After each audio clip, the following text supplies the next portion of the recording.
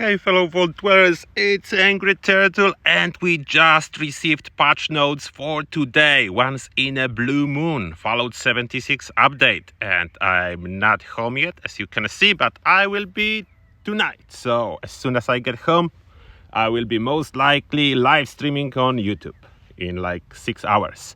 But first, update 44. The size of the update and everything else size seems to be 20 gigabytes for consoles and 12 gigabytes for Steam. Somehow Steam is twice as efficient. Then the highlights. Once in a blue moon, the Blue Ridge Caravan is back and needs your help with its expanding business. Our Once in a Blue Moon update introduces 2 new cryptids, public events, side quests, rewards, a daily ops mutation, and more. New public events that we'll be able to try soon are Beast of Burden. And second one, Safe and Sound. If you want to see them, I showed them earlier on my public test server videos when those have been tested. But soon we'll all play them. Then, important part, Costa Business Daily Quests. This is a new type of progression in quests because this is limited to once per day. Those are not repeatable. What it says here, Resident Grouch and Taskmaster Vinny Costa hasn't been happy with the performance of his employees lately, and he would be happy to throw some caps at anyone willing to solve the problem.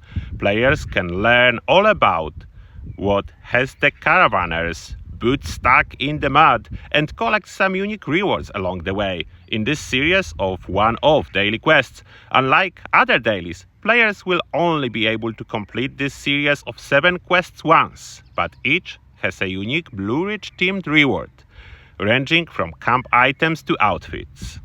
Unmasking the myth. Longtime players that have completed content from all over 76 history may find a special side quest waiting for them after completing all of the Costa business quests. So on day 7th, there will be one more quest for whoever finished couple quest lines. I will not disclose which ones, probably better. It's a secret. New cryptids. Cryptozoologists rejoice. Our 2 new public events introduce the Blue Devil and Ogua, 2 cryptids based in real West Virginian folklore. The Blue Devil, based on the real-life West Virginian cryptid, this massive dog-like creature will test your wits. Its terrifying howl will send your character into a panic mad dash for the vault. Ogua, that's my favorite. Also known in real life as the Monongahela River Monster. This reclusive creature will retreat into its shell to shield itself from incoming damage. Be sure to time your attacks carefully. And then new rewards. Braving battle against these new cryptids and public events is not without reward.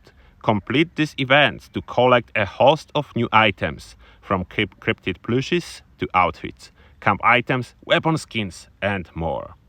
Season 13 will start, shoot for the stars, and we already visited those rewards in earlier video. But there is mention as well about new ally Joey Bello again, so that's one new ally we are getting. I'm curious how good it will be. I'm waiting for it. Daily Ops is getting a new mutation, Danger Cloud. Enemies have seeds embedded in their skin. Periodically, they will radiate a spore cloud around them that damages the player, reducing their AP regen and max AP. Plan your routes and loadouts carefully to withstand these infested beings. So it is actually quite dangerous mutation. Unlike a lot of mild mutation, this one is a problem for most builds. Design changes and improvements, especially expeditions. We've made a number of gameplay design changes and improvements, from removing fuel cost for expeditions to adding in more detailed weapon and mod descriptions, so you can better cater your build for your unique playstyle. And expeditions, what change? Remove ultraside battery charge. No longer needed at all. It's not a currency anymore, completely removed. Fuel quest no longer mandatory. That's implied there is no battery, you don't need to charge it, you don't need to do those quests. Those quests revert now to regular daily quests. Then, very important, reduced stamp costs. We have reduced the stamp cost from Giuseppe on items, and this applies to auto axe, base weapon cost, and power armor. The Union power armor cost greatly reduced. You'll be finally able to get it if you missed it before. Then Ashes to Fire now grants an increased number of stamps and legendary items in its rewards. And to be exact, that's 1 extra stamp and 1 extra legendary items when you do Ashes to Fire. That's the second expedition, not the first one. So personally, I cannot wait to do unlimited expeditions, no battery, just launch and go as much as we want. Now, weapon and armor descriptions. And this is a solid overhaul of all those descriptions. I was showcasing those in details already, and important, to activate that, you need to go into gameplay settings and switch mod descriptions on. It's set to off by default, I don't know why, so you definitely want to change it to on. Then item view and description. What's new? If you missed, AP cost and fire mode has been added. Ammo capacity will show. Damage over time effects will show. New icons to replace the plus and minus indicators when crafting items. Changes when modding are now color coded. Set bonuses now have an icon indicator next to the effect description. Legendary effects now have the legendary star icon next to the effect description. Extra effects not normally shown elsewhere are now displayed below the legendary effects. Dynamic values of some effects have been added to show the current bonus. So those are amazing. Then there is couple balance changes, mostly minor. The bleed out syringer barrel now deals physical damage instead of poison. Burning mods for energy weapons now deal fire damage. And lastly, we've adjusted the two-shot legendary mod to deal its bonus damage more similarly to energy weapons. This is to keep the damage more in line with one another. I don't know what they mean here. I know how it works in public test server, and in public test server they changed energy weapons to work the same as ballistic weapons, which was a nerf to energy weapons. It seems like it's worded other way around. Did someone change their mind? I don't know. Maybe just wrong wording. Let me know what you think.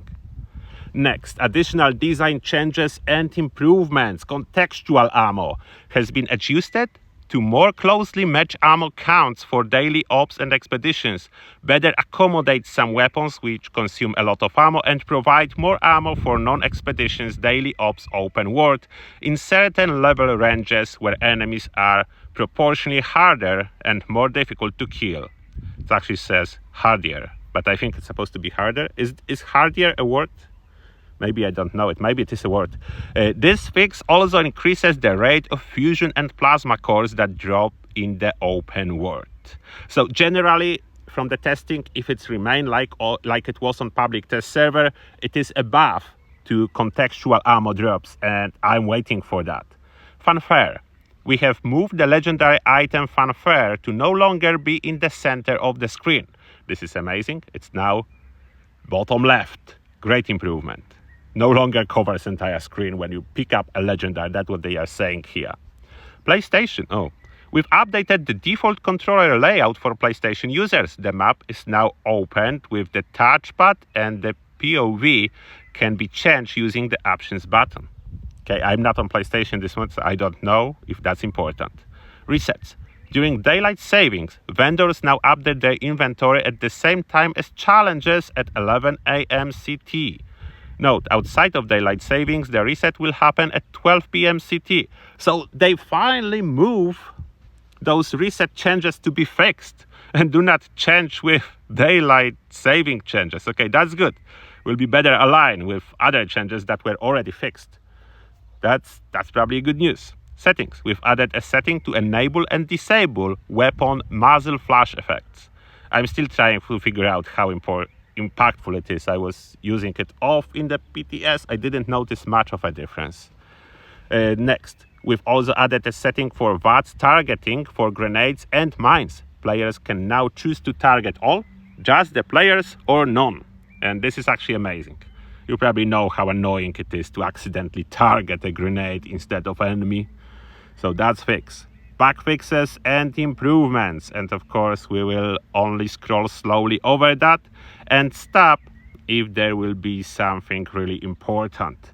But every fix is welcome.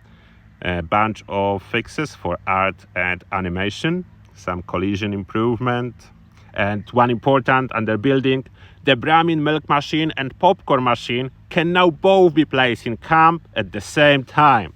I'm so happy with this one. It was so annoying that we are forced to choose either popcorn or milk, which doesn't make much sense. So that's fixed, and now we can have both, which is a really good. Camps and shelters, a bunch of fixes for allies, for buildings, how they get destroyed and everything. If you want, pause and read.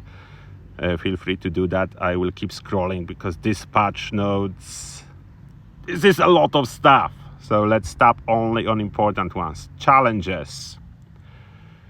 And there is a bunch of improvements, mostly minor, just fixes how those challenges complete. And is there anything important? Oh, the cold shoulder was fixed, so the challenge to deal cryo damage, you can complete it with the cold shoulder. Previously it wasn't working, so that's fixed. Daily ops for Charleston Capitol building removed exit signs above inaccessible doors. I don't know how impactful that is, but makes sense. Then there are fixes for enemies. So enemies will work a little bit better in combat and outside of combat. We'll see if we'll notice those changes. And one important fix here, super mutants now properly drop contextual ammo, and that's important for Westec farming. They used to drop non-contextual ammo, now they do drop it. So that's a huge change for all those Westec farmers out there. And then events, invaders from beyond, this is coming soon, so that's important. Fix an issue that caused the dynamic weather events in nuclear blast zones to be overridden by the invaders from beyond event weather. Okay, that's only weather, so that's not huge. Gameplay, bunch of magazines have been fixed, like Backwoodsman 4 is actually working now, and Backwoodsman 6 health boost now correctly applies to all food items and correctly states its effects in the Pip-Boy. That's important. This magazine is used by carnivores to farm experience. So now it will correctly boost food. It's not only about the health, it's about the bonuses from food. Status effect, the well-fed buff now persists after logging out and back in, which is great. Another one, fix issue related to shared perks being persistent after stopping sharing them. And lastly, Excel Radaway antibiotics and Radex are now affected by the ChemFend perk. So that's fixed. Power armor fixes. In regards, I wasn't even aware that Stranglerheart power armor was so ridiculous that it was asking for legendary modules to fix the helmet. Power armor never actually breaks, so I never notice. And Winter Helmet can only be crafted now with T45. Quests.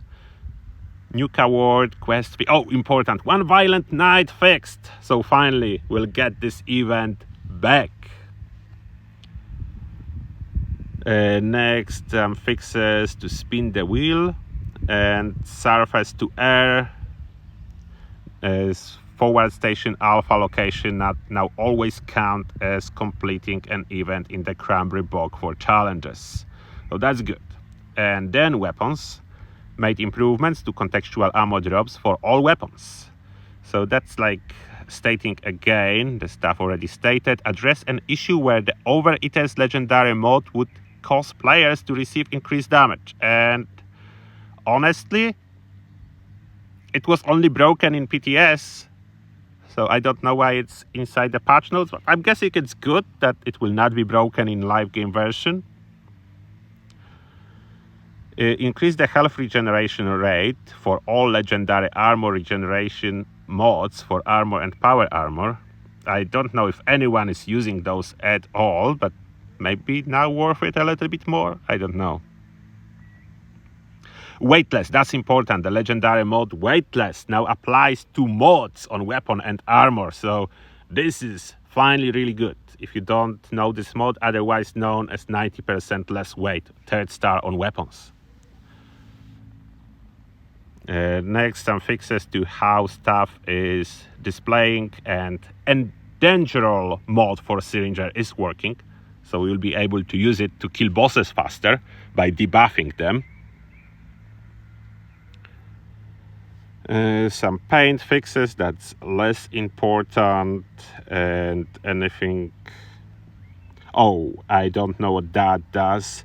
Adjustment to the Gauss shotgun, VATS accuracy to be more in line with the Gauss pistol. I have no clue what one has to do with other and why do this adjustment. Someone smarter than me, please let me know. I do not understand this at all. Then some fixes to the ward, how the grenades work. The Purveyor and certain loot list will once again drop copies of plans players already know. Okay. And that's it here. User interface, some crafting fixes. And Alien Blaster will finally display amount of mods unlocked. The favorites will help menu fixes. Okay, help menu is not very important for us. And yeah, those are all the important fixes. This concludes the patch notes. So later on we'll see what actually happened. There is couple mentions I don't even fully understand, like connection between Gauss pistol and the shotgun. Two totally different weapons. I don't know why VATS accuracy should be correlated between the two, but someone figured out that it should be. So this is everything for those patch notes. I cannot wait to start playing, but I have about 6 hours to get home, so I will be there soon. See you there, everyone. Have a good patch. Turtle out.